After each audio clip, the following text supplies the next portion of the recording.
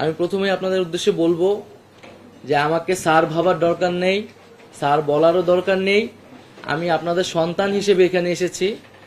আমি জনগণের পক্ষ থেকে এসেছি, জনগণের দাবি দেওয়া নিয়ে এসেছি, একটি নতুন বাংলাদেশের স্বপ্ন নিয়ে এসেছি। এখন আমি আপনাদের কাছে সেই সহযোগিতাটা কামনা করছি। আমরা জানি যে তথ্য ও সম্প্রচার মন্ত্রণালয় একটি রাষ্ট্রের এবং বাংলাদেশের খুবই গুরুত্বপূর্ণ একটি মন্ত্রণালয়, এবং সামগ্রিকভাবে বাংলাদেশের যে মত প্রকাশের স্বাধীনতা, গণমাধ্যমের পরিস্থিতি, সেটা কিন্তু এই মন্ত্রণালয়ের উপর অনেকাংশে নির্ভর করে। গণমাধ্যম কর্মীদের থেকেই শুনেছি বা আরো বিভিন্ন মানুষের কাছ থেকে শুনেছি যে আমাদের এখানে মত প্রকাশের স্বাধীনতার উপর নানাভাবে বাধা তৈরি করা হয়েছে, এবং যেহেতু ফ্রিডম অফ প্রেস যদি না থাকে, ফ্রিডম অফ স্পিচটিও কিন্তু নিশ্চিত হয় না। তো সেই জায়গায় কিন্তু গণমাধ্যমের স্বাধীনতা নিশ্চিত করতে আমাদের কাজ করতে হবে। সেই জায়গায় বিভিন্ন ধরনের আইন এবং বিধিনিষেধ রয়েছে, যেগুলো নিয়ে সমালোচনা রয়েছে। আমাদের এই আইন এবং বিধিনিষেধগুলো কিন্তু পুনর্বিবেচনা করতে হবে, যাতে বাক স্বাধীনতা বা প্রেসের স্বাধীনতা যাতে সেখানে বাধাগ্রস্ত না হয়। আমরা আরো গণমাধ্যম কর্মীদের কাছ থেকে সহযোগিতা চাচ্ছি। সেই সময় অনেক ফুটেজ, অনেক তথ্য কিন্তু আপনাদের কাছে আছে, হয়তো আপনারা সেই সময় প্রকাশ করতে পারেননি। এই সময় কিন্তু এটা খুবই গুরুত্বপূর্ণ, কারণ তদন্ত চলবে, শুরু হয়ে গেছে বিভিন্ন ধরনের আন্তর্জাতিকভাবেও এবং দেশীয়ভাবেও বিচার প্রক্রিয়া শুরু হয়ে গেছে, এবং এটা তো আসলে আমাদের একটা ন্যাশনাল মেমোরিরও বিষয়। তো সেই তথ্য উপাত্তগুলা আপনারা যদি আমাদের কাছে সরবরাহ করেন বা সংশ্লিষ্ট কর্তৃপক্ষের কাছে, সেটি আমাদের জন্য ভালো হবে। এবং আপনাদের কাছে আরও একটি রিকোয়েস্ট থাকবে যে আমরা এই মুহূর্তে যে ক্রাইসিসটা ফিল করতেছি, যে আহতদের পাশে দাঁড়ানো, সেই সঠিক তথ্যটা আমরা হয়তো পাচ্ছি না বা পেতে দেরি করছি, সেই জায়গায় আপনাদের সহযোগিতা আমরা আশা করছি। আমরা অনেক মানুষ যারা শহীদ হয়েছেন, অনেক লাশ কিন্তু এখনো মর্গে আছে, যাদের পরিবার কিন্তু অ্যাড্রেস করা যাচ্ছে না। তো সেই তথ্যগুলা, সেই জিনিসগুলো আপনারা যদি একটু জোর দিয়ে প্রচার করেন, তাহলে এটা আমাদের জন্য সুবিধা হয়, এবং সেই সহযোগিতাটা আপনাদের কাছে আমরা প্রত্যাশা করছি। আমরা ন্যায় বিচার চাই, এবং এখানে যে যারা অপরাধের সাথে জড়িত ছিলেন না, তাদের প্রতি যাতে কোনো ধরনের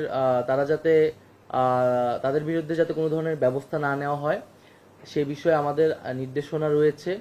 এবং মামলাগুলো হলেও সেগুলো কিন্তু সুস্পষ্ট তদন্তের ভিত্তিতে সেই বিষয়ে ব্যবস্থা নেওয়া হবে, এই বিষয়ে কিন্তু আইন মন্ত্রণালয়কে নির্দেশনা দেওয়া আছে। আপনাদের কাছে আমার অনুরোধ থাকবে, আমার ছবি যত কম প্রচার করা যায়। আমি তো পালায় পালায় বেড়াইতেছি কয়েকদিন ধরেও, তো খুবই স্পেসিফিক কারণ না ছাড়া বা প্রয়োজন হলে সেটা আমি আহ্বান করব জরুরি প্রয়োজনে, ওই বিষয়ে আমাকে আপনারা হেল্প করবেন। আমার ছবি যত কম প্রচার করা যায়, সমালোচনাগুলা অ্যাড্রেস করা হবে, এবং সাংবাদিকদের সাথে বসে আমি মূলত তাদের কাছ থেকে শুনতে চাচ্ছি তারা কি ধরনের চ্যালেঞ্জ ফেস করে। আমরা দ্রুত সময়ের মধ্যে এটার বিচার চাচ্ছি।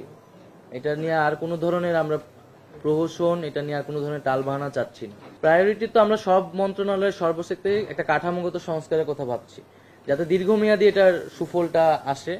এবং যেই পয়েন্টগুলো আমরা বললাম, যে আসলে আইনের পরিবর্তন, তারপরে বেতনের বিষয়টা নিয়ে আলোচনা করা, এবং এই প্রতিষ্ঠানগুলা, এই অধীনে যে প্রতিষ্ঠানগুলো রয়েছে সেগুলোর একটা আধুনিকায়ন করা, এবং সার্বিক কাঠামো সংস্কার করা। দুর্নীতি, স্বজনপ্রীতির কোনো স্থান আমরা এখানে দেখতে চাই না। প্রতিষ্ঠানগুলোকে সম্পূর্ণ নিরপেক্ষভাবে আমাদেরকে দাঁড়া করাতে হবে। বাংলাদেশের গণমাধ্যমের পরিস্থিতি দেখি যে এক ধরনের আওয়ামী লীগ বিএনপির মতো গণমাধ্যমে এই ধরনের দুইটা ভাগ থাকে। দলীয়করণ যাতে সাংবাদিকদের ভিতরে না দেখি, আমরা যাতে একটা নিরপেক্ষ জায়গায় জনগণের পক্ষে কথা বলতে পারি। যেই আকাঙ্ক্ষা আমরা আবার নতুন করে তৈরি করছি, পুরো বাংলাদেশকে পুনর্গঠন করা, একটি নতুন বাংলাদেশ তৈরি করা, এবং এমন একটি বাংলাদেশ তৈরি করা যেখানে এই ধরনের ফ্যাসিজম বা স্বৈরতন্ত্র আর কখনোই তৈরি হতে না পারে।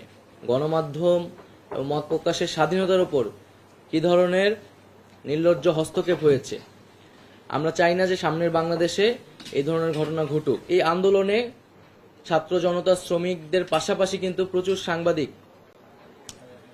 শহীদ হয়েছেন, আহত হয়েছেন। আমি জানি না এখন পর্যন্ত কি উদ্যোগ নেওয়া হয়েছে, কিন্তু দ্রুত সময়ের মধ্যে এই সাংবাদিক যারা এখনো আহত অবস্থায় আছেন এবং যারা শহীদ হয়েছেন, তাদের পাশে এবং তাদের পরিবারের পাশে আমাদের দাঁড়ানো উচিত।